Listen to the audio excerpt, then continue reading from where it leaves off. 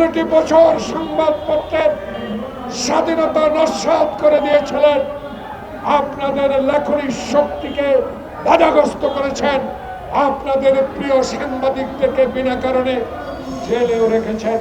শুধু আপনারা না, বাংলাদেশে যারা গণতন্ত্রের কথা বলতো, বাংলাদেশে যারা মানুষের অধিকারের কথা বলতো, বাংলাদেশে যখন মানুষের ভোটাধিকারের কথা বলতো, বাংলাদেশে যখন দ্রব্যমূল্য ঊর্ধ্বগতির কথা বলতো, যখন বাংলাদেশে নিয়মিত না অনিয়মিত বিদ্যুতের দাম বাড়িয়ে দিলে প্রতিবাদ করতে পারতো না, দ্রব্যমূল্যের ঊর্ধ্বগতির প্রতিবাদ করতে পারতো না, সেই শেখ হাসিনার 16 বছরের ইতিহাস আজকে নতুন করে বলার কোনো প্রয়োজন নাই।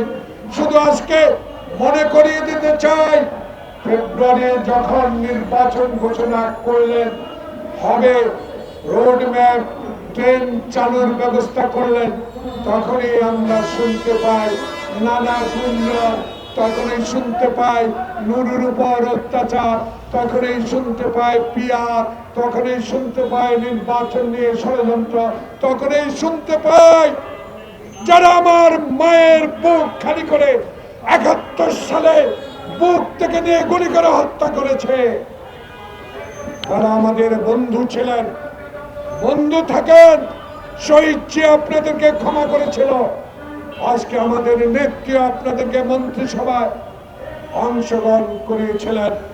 আজকে যদি আবার যখন শাহাবুদ্দিনের মতো একটি নির্বাচন এই ডক্টর প্রফেসর মোহাম্মদ ইউনূস এই দেশে করবেন, ঠিক তারই পূর্ব মুহূর্তে আবার কিসের ষড়যন্ত্র শুরু করেছেন? এই ষড়যন্ত্র আপনাদের না, এই ষড়যন্ত্র ওই দিল্লিতে বসে থাকা শেখ হাসিনার ষড়যন্ত্রের সাথে একই সুর।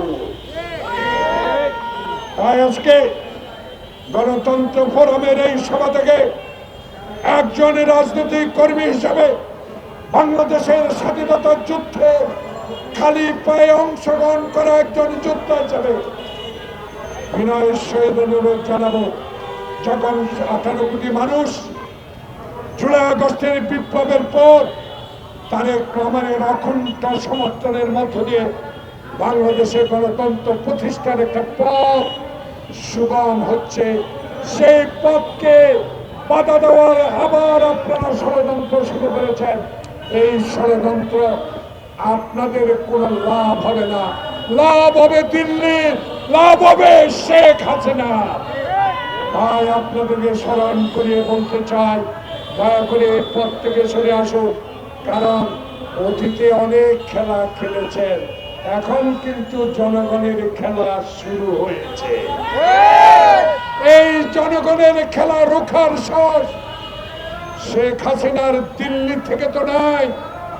আপনারা যারা বলেন পিয়ার, আপনারা যারা বলেন নির্বাচন হতে দিবে না, আপনাদের পক্ষ সম্ভব না, কারণ এদেশের জনগণ প্রফেসর মোহাম্মদ ইউনূসকে সমর্থন দিয়ে এই সরকার পরিচালনার দায়িত্ব দিয়েছে।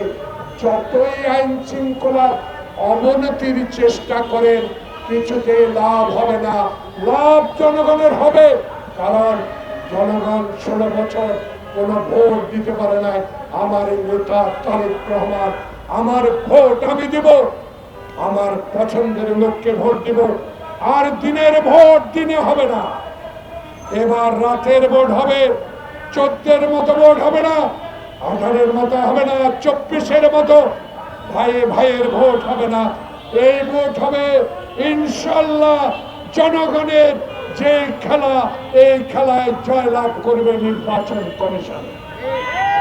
তাই আজকে এই ক্ষুদ্র পরিষদ থেকে একজন রাজনৈতিক কর্মী হিসাবে আবেদন জানাবো, আসুন, মতবিরোধ থাকতে পারে, দল নিয়ে মতবিরোধ থাকতে পারে, কিন্তু বাংলাদেশের স্বাধীনতা, বাংলাদেশের 71-এর যুদ্ধ, বাংলাদেশের সংবিধান নিয়ে কোনো কথা আর মানা যাবে না।